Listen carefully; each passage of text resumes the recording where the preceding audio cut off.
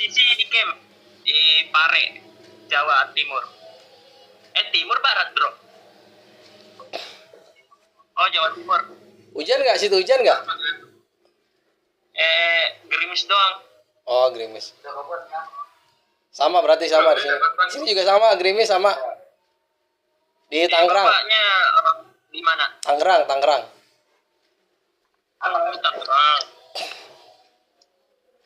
Udah sholat belum? Udah sholat belum? Ngapain, Pak? Udah sholat belum? Apa? Udah sholat belum? Sudah, alhamdulillah sudah. Baru setengah jam yang lalu selesai sholat. Sholat di sendiri apa di musola apa di masjid? Musola, samping camp ada musola. Oh, masya Allah. Alhamdulillah.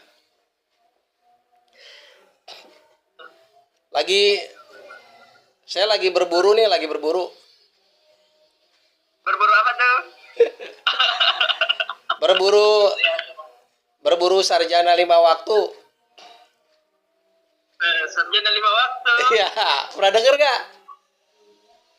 Enggak tahu. Apa tuh, Bang? Iya, itu konten saya. Saya masuk konten, Bang. Insya Allah. Lagi belajar bikin konten. Konten apa nih? YouTube, TikTok? Iya, YouTube. Nama YouTube-nya apa, Bang? Nanti saya subscribe. Sarjana 5 waktu. Sarjana 5 waktu. Iya. Saya tulis dulu.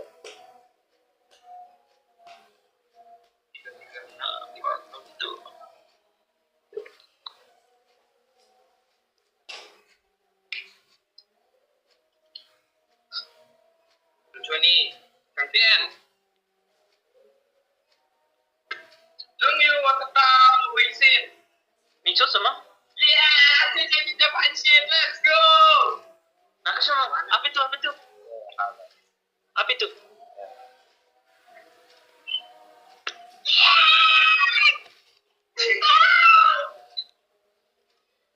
Akhirnya aku bisa buka Wixin anjing. Info tips cari cewek dong. Cari cewek banyak di luar. Perempuan mah banyak. Yang nggak banyak itu apa? Hah? Yang nggak banyak itu apa? Nah, yang nggak banyak itu yang sarjana 5 waktu.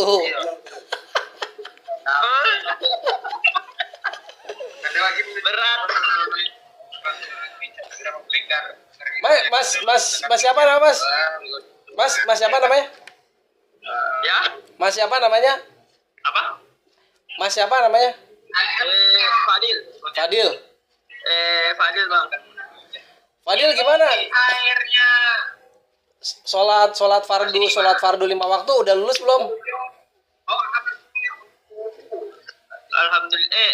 Masih belum sih, masih ketinggalan subuh. Oh, subuh masih ketinggalan. Oke. Iya, subuh. Sholat subuh sekarang jam 4 sih udah azan itu. Sholat subuh jam 4 udah azan. Jam 4 udah azan. Iya, Pak.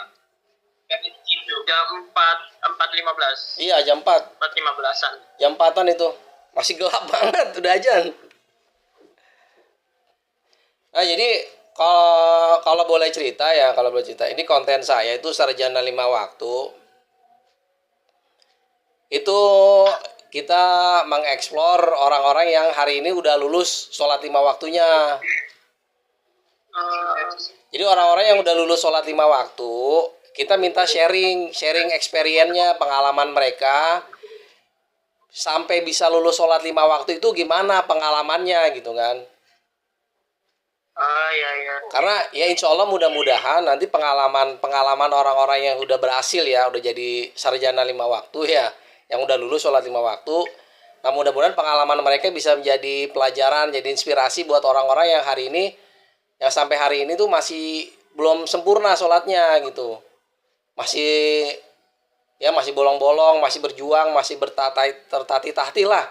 Sholat 5 waktu aja belum lulus itu kan banyak banget kan sekarang. Ironis ya. Soalnya kan ironis ya, kita negara muslim terbesar di dunia. Nomor satu loh muslim Iya. terbesar di dunia gitu kan, mayoritas muslim. Tapi faktanya ternyata yang lulus sholat 5 waktu aja itu sedikit gitu. Kan ironis ya. Iya, iya, iya. Ironis kan, itu kan sayang banget. Itu salah satu di antara PR-PR umat Islam hari ini, salah satunya ya itu gitu kan. Kebanyakan muslim hari ini Islamnya itu Islam KTP gitu kan. Setuju aku. Ya kan? Banyak tuh. Ya iya. Banyak. Islamnya KTP-nya aja gitu kan. Tapi Di sini mah hampir tiap hari. nah itu dia, padahal kewajiban dia sebagai seorang muslim itu nggak dipenuhi gitu kan. Jadi syarat untuk menjadi seorang muslim itu nggak terpenuhi gitu kan. Jadi Islamnya Islam KTP aja. sebenarnya sih kasihan. Kalau saya pribadi sebenarnya sih kasihan gitu kan. Karena kalau saya terus terang, saya pribadi termasuk orang yang nggak gampang dulu sampai bisa lulus sholat fardu 5 waktu. Itu prosesnya wah, kira-kira itu susah banget. Emang nggak gampang gitu. Nah, ya mudah-mudahan hadirnya channel Sarjana 5 waktu ya, kita hadir di sini tuh untuk mensupport mereka nih. Mensupport mereka, mendampingi mereka, mengingatkan kaum muslimin hari ini gitu kan. Mengingatkan, menguatkan, mensupport, yang mudah-mudahan bisa menjadi sedikit pengetahuan lah buat mereka gitu. Kalau Mas Aldi ya, siapa Mas Aldi? Fadil, Pak. Fadil ya. Selama ini sejauh ini yang berat itu sholat subuh aja ya, sholat subuh. Iya. Itu sholat subuh nggak ketinggalan apa emang nggak dikerjain sama sekali? Aduh. Ini sih aib. Enggak. Oh, ya nggak apa-apa. Semua kan Tapi itu biasanya kadang kerja, kadang enggak. oh Cuman iya lebih iya. banyak kerja di rumah aja, di game. Emang kegiatannya sehari-hari ngapain? Kegiatannya sehari-hari? Pagi kelas sampai zuhur, siangnya tidur, sorenya belajar, malam belajar. Oh, mahasiswa ya? Mahasiswa ya? Ya. Mahasiswa ya, Mas? Enggak juga, cuman sekarang lagi kursus di Pare. Kursusnya itu kursus Mandarin, Oh, kursus Mandarin. bahasa Cina. Kalau dari orang tua sendiri, dari orang tua gimana? Supportnya gimana sama Mas Fadil untuk masalah ibadah sholat terutama, support nggak? Suka support nggak? Justru yang ngajarkan saya rajin gini sholatnya orang tua. Masya Allah. Nah, kalau orang tua ibadahnya rajin, sholat 5 waktunya rajin, dua-duanya. Alhamdulillah rajin, gak pernah lupa. Alhamdulillah. Berarti orang tua termasuk yang istiqomah ya, udah istiqomah ya, orang tua ya. Kalau Mas Fadil sendiri, berarti alhamdulillah tinggal sholat subuh doang kan PR-nya ya? Iya, Pak. Nah, itu inget nggak dulu awalnya gimana? Inget nggak dulu awal proses berusaha untuk sholat fardu 5 waktu itu ya? Inget nggak dulu? Prosesnya itu gimana prosesnya? Pengalamannya dulu tuh? Apa karena dari dorongan orang tua, perintah orang tua, apa dari guru, apa dari teman, pengaruh dari mana tuh? Awalnya itu sih dari sekolah, karena sekolah saya dulu itu Muhammadiyah, swasta gitu, Islam. Oh, Muhammadiyah. Itu ya naik SMA itu nggak tahu kenapa nggak biasa aja tuh, kalau tiap lewat sholat rasanya nggak anu gitu ya, nggak tenang, kayak ada yang kurang gitu ya. kayak ada gitu. Ada yang kurang lah gitu ya. Iya. setelah naik SMA gitu. Nggak kalau ketiduran nih, udah waktu zuhur udah lewat sejam. Itu kalau nggak kerja nggak kayak ada yang kurang. Berarti mulai SMA itu udah mulai ada kesadaran ya, mulai SMA tuh ya? Iya. Mulai ada kesadaran untuk apa sih namanya, merasa apa ya? Merasa ada yang kurang lah kalau seandainya sholat itu nggak dikerjain gitu ya. Iya. Tapi tahu nggak? Itu kan juga salah. Ya.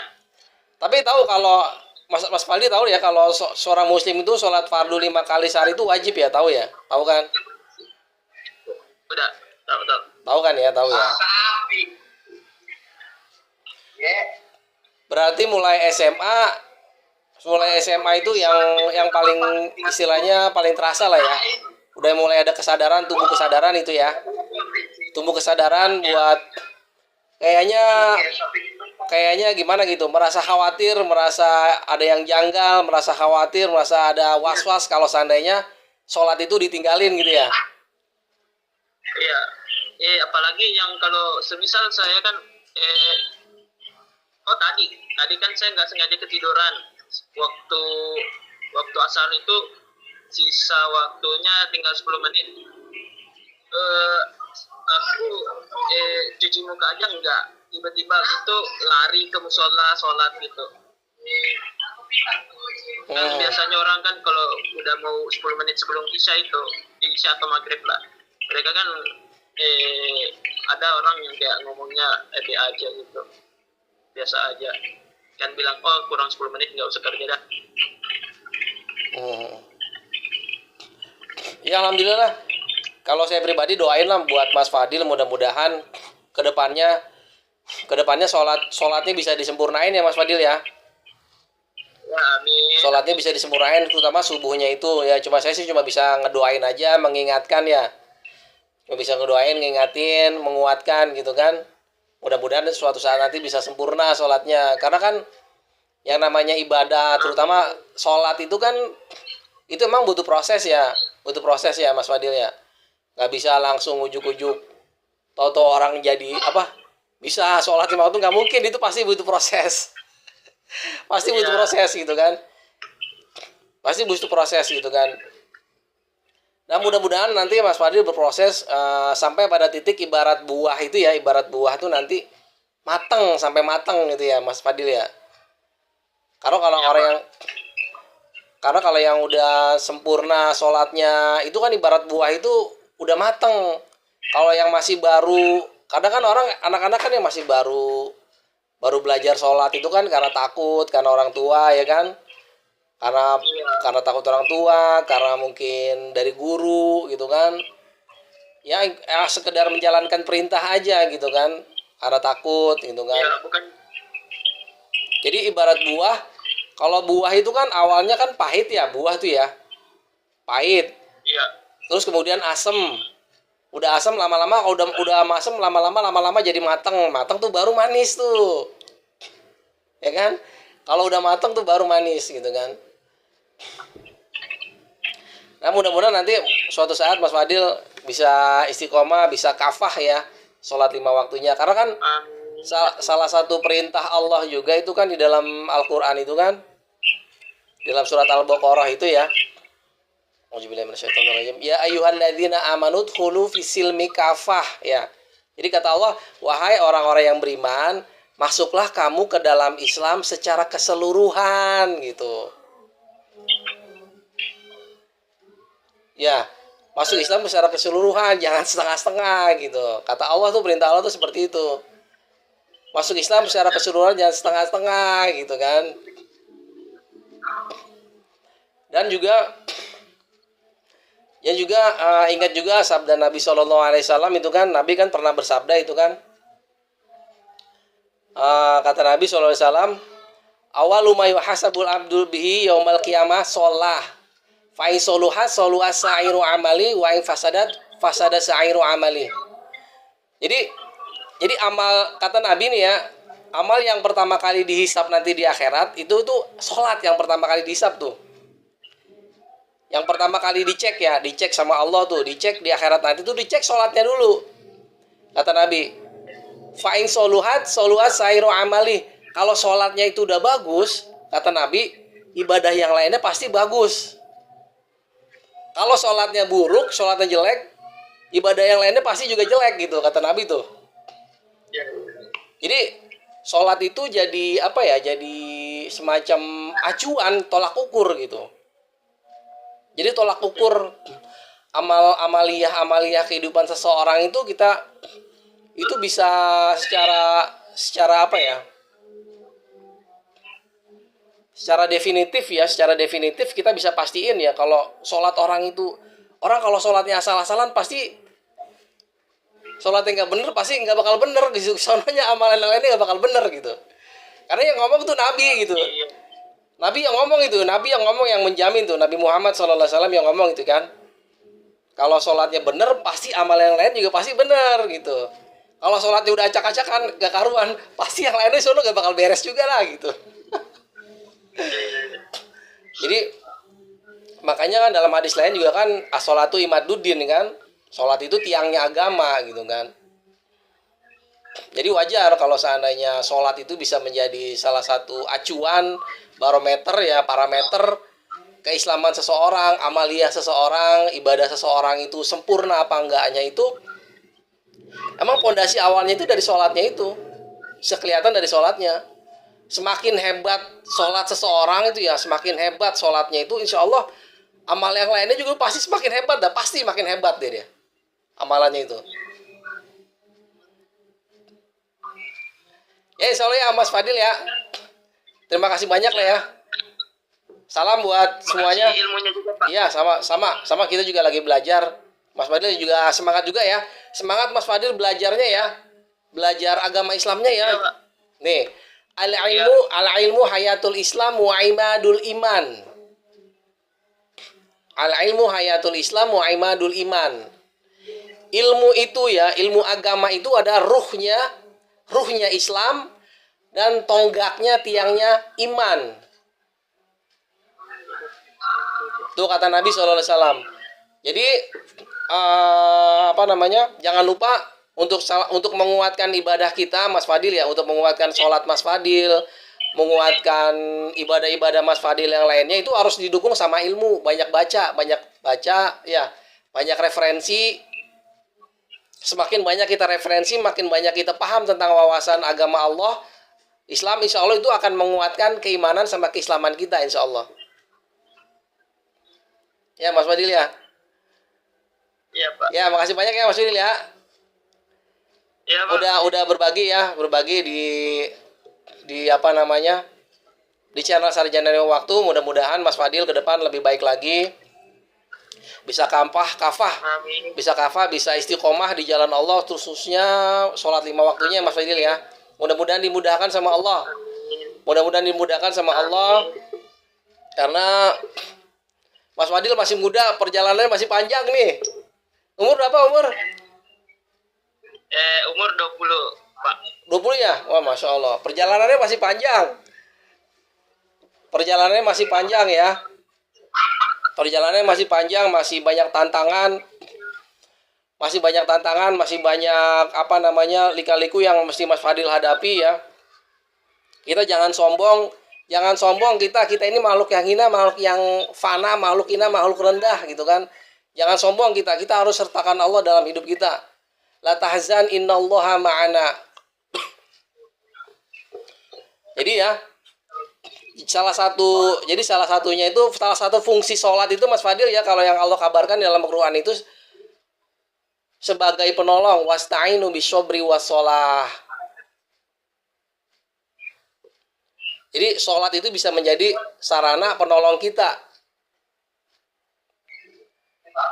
Karena kan hidup itu nggak gampang ya Mas Fadil ya. Iya. Hidup itu nggak gampang gitu kan. Hidup itu susah. Bertahan hidup itu susah. Masalah hidup itu banyak gitu kan. Kita jangan sombong, kita sertakan Allah dalam hidup kita gitu kan. kita mohon sama Allah membantu segala kekurangan kita, ya kan. Mudah-mudahan dengan kita merendahkan diri di hadapan Allah, Allah yang maha sempurna nanti menutupi segala kekurangan kita gitu kan. Kita bawa Allah dalam hidup kita karena kita banyak keterbatasan, banyak kekurangan gitu kan. Nah, ketika kita menyertakan Allah dalam hidup kita, Allah itu maha sempurna gitu kan. Allah maha sempurna, nggak ada yang Allah nggak sanggup. Nah, jadi kita menyertakan Allah, mudah-mudahan segala kekurangan kita, keterbatasan kita nanti dibantu sama Allah gitu kan. Mudah-mudahan. Oke, Mas Wadin, makasih banyak ya. Makasih banyak ya. Saya harusnya terima kasih, Pak. Ya, salamnya buat juga. Ya, salam buat semua. Mudah-mudahan sehat selalu. Berkah hidupnya dimudahkan oleh Allah. Yo, assalamualaikum.